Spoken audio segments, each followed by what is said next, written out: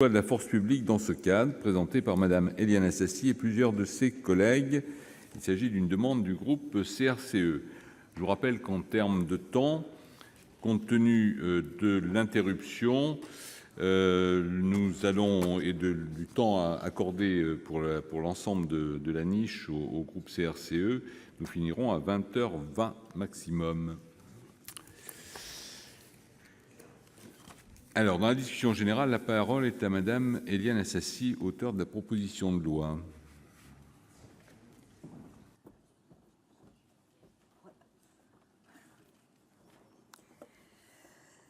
Monsieur le Président, Monsieur le Ministre, mes chers collègues, l'examen de notre proposition de loi, Madame la rapporteure, excusez-moi, l'examen de notre proposition de loi qui vise à interdire le lanceur de balles dit LBD 40 et à proposer une nouvelle doctrine de maintien de l'ordre intervient à un moment critique de la vie démocratique de notre pays, théâtre d'un mouvement citoyen et social d'une longévité sans précédent et d'un caractère totalement inédit. Ce mouvement des Gilets jaunes, toujours soutenu sur le plan des revendications par une majorité nette de nos concitoyennes et concitoyens, n'a pas reçu de réponse sur le long terme à ce que nous considérons comme de légitimes exigences.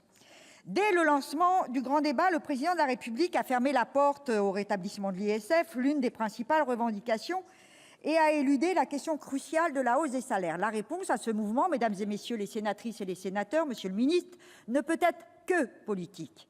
Elle ne peut être une réponse d'autorité, d'utilisation de la force. En un mot, la répression ne pourra calmer la colère et l'exaspération. Tout montre au contraire qu'elle ne peut que l'attiser. Or, monsieur le ministre, après le constat d'une répression accrue des mouvements sociaux ces dernières années, et notamment à l'occasion du mouvement contre la loi El Khomri, nous assistons aujourd'hui, depuis novembre, à une tentative d'utiliser la force brute, symbolisée par les lanceurs de balles LBD 40, pour canaliser ou éteindre un mouvement populaire. Avant de rentrer dans le détail de notre argumentation, je souhaite affirmer ici, et avec force, notre attachement à une police républicaine, à des forces de l'ordre qui mettent tout en œuvre pour assurer la sécurité des biens et des personnes. Nos forces de l'ordre sont prises au piège de l'entêtement à maintenir une politique profondément impopulaire et rejetée massivement. La stratégie de la tension, du pourrissement, n'est pas la bonne. Elle n'a pas toujours été celle choisie par le passé par les autorités policières. Comment ne pas rappeler l'attitude responsable et courageuse du préfet Grimaud, qui, en 1968, n'a pas jeté de l'huile sur le feu et a préservé au maximum Paris d'affrontements sanglants et mortels. Il ne s'agit pas pour nous de mettre collectivement en cause les fonctionnaires de police qui, la plupart du temps, et majoritairement, se retrouvent piégés entre les exigences insatisfaites des manifestants et les ordres venus d'en haut, venus de vous, monsieur le ministre, tout cela dans un climat d'épuisement. C'est dans ce cadre que, depuis le 17 novembre, le volume de tir des armes dites intermédiaires atteint un niveau critique. Critique également le nombre de blessés, souvent gravement, suite à l'utilisation de ces armes. D'après plusieurs décomptes, le nombre de blessés s'élève à 206 blessures à la tête, dont plusieurs dizaines sont liées à des tirs de lanceurs de balles de défense. 22 personnes ont été éborgnées par ces tirs, mutilées à vie. Le lanceur de balles LBD 40, que j'ai ici, contrairement à son prédécesseur, est classé arme de première catégorie, arme à feu et arme de guerre. C'est une arme non létale si elle est utilisée dans des conditions préconisées par le constructeur, conditions qui ne sont pas toujours appliquées. L'impact d'une balle en caoutchouc à moins de 10 mètres, c'est-à-dire ça, revient à recevoir un parpaing de 20 kilos lancé à 1 mètre. À 40 mètres, le choc représente l'équivalent de 8 boules de pétanque sur le membre visé. Nous parlons bien d'une arme dangereuse, potentiellement létale, et dont les blessures font l'objet d'une documentation étayée par de nombreux médecins, dont je déplore par ailleurs l'absence lors des auditions effectuées par Mme la rapporteure. L'utilisation des lanceurs de balles de défense doit nous poser question. Au-delà des atermoiements de l'exécutif, nous nous interrogeons sur le nombre de victimes qu'il faudra encore pour légiférer sur son usage. Nous refusons la banalisation actuelle de blessures très graves, de blessures qui atteignent la République de plein fouet. Notre pays peut-il accepter encore ces scènes sanglantes ? Au cours de nos auditions et tables rondes, nous avons pu constater qu'aucune arme ne peut réellement sécuriser les manifestations et ceux qui les encadrent. Il convient alors de réfléchir à la globalité du dispositif. C'est ainsi que notre proposition de loi propose un triptyque de mesures. Tout d'abord, l'arrêt immédiat de l'usage des lanceurs de balles de défense pour cause de santé publique et d'atteinte grave à l'intégrité physique des manifestants. Ensuite, une plus grande transparence des données relatives à l'usage des armes.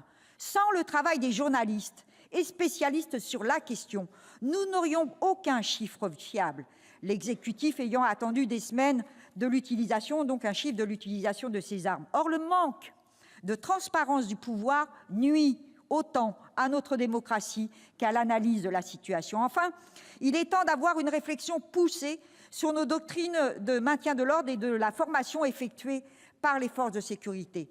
Nous souhaitons que s'engage une réflexion à long terme. Nous proposons que le Gouvernement remette au Parlement un rapport détaillé et documenté sur les stratégies de désescalade et de pacification à mettre en oeuvre dans le cadre du maintien de l'ordre. Nous pouvons nous appuyer sur de nombreux exemples européens afin de revoir notre doctrine qui porte aujourd'hui préjudice au droit fondamental de manifester. Plus encore, et le rapport de la Commission le souligne à maintes reprises, le cadre d'utilisation et d'intervention est si peu lisible et difficilement mis en oeuvre qu'il nuit aux conditions de travail des agents qui ne sont pas assez formés et se retrouvent démunis face au climat de tension qui ne cesse de s'intensifier. Ainsi, l'usage exagéré des lanceurs de balles de défense produit l'effet inverse de sa vocation. Il représente le premier obstacle entre forces de l'ordre et manifestants. Aujourd'hui, il faut donc dire stop au LBD 40. C'est une mesure d'urgence. En effet, même si la doctrine d'emploi de cette arme ainsi que son encadrement juridique sont précis sur les conditions de son utilisation, les conditions de son utilisation demeurent sujettes à caution.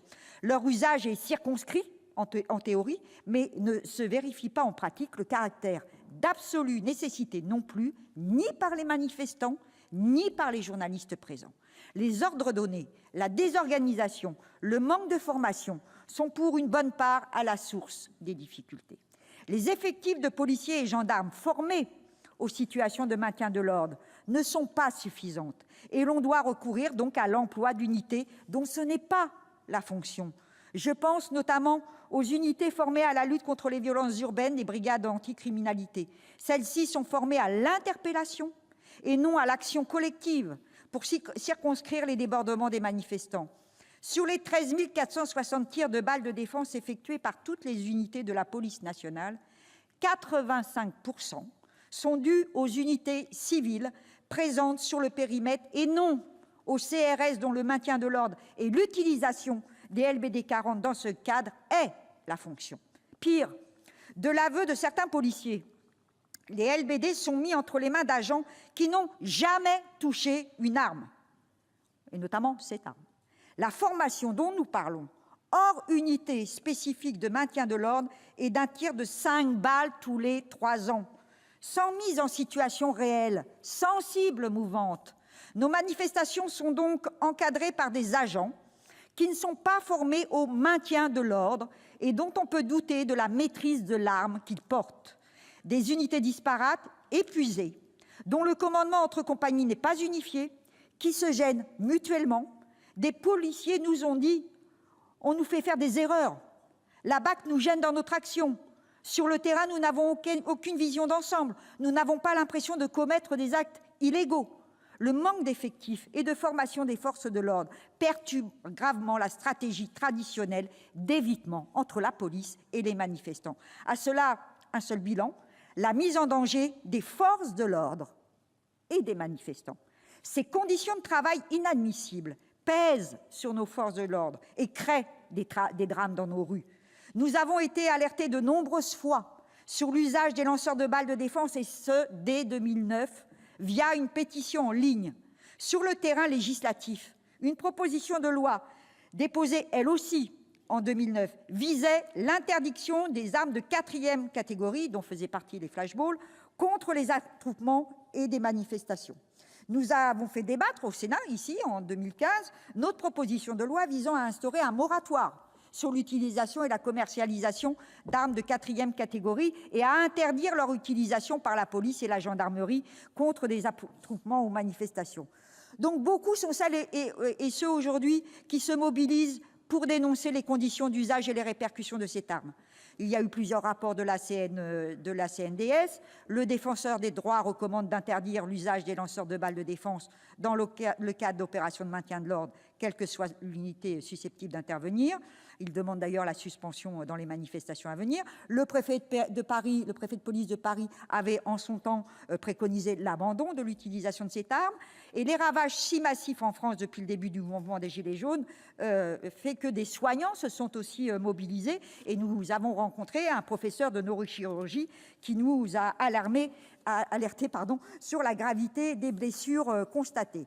Et donc, le 14 février, il y a des experts de l'ONU qui ont dénoncé l'usage excessif de la force lors des manifestations. Il y a eu le Conseil de l'Europe, sa commissaire aux droits de l'homme. Hier, c'est Michelle Bachelet, haut-commissaire de l'ONU, qui a exigé une enquête approfondie sur tous les cas rapportés d'usage excessif de la force. Il est grand temps, mes chers collègues, de stopper la dérive actuelle et de restaurer l'image de la patrie des libertés et des droits de l'homme que doit être la France. Donc, pour ce faire, nous vous proposons avec mon groupe d'adopter cette proposition de loi et je veux insister pour terminer sur une chose.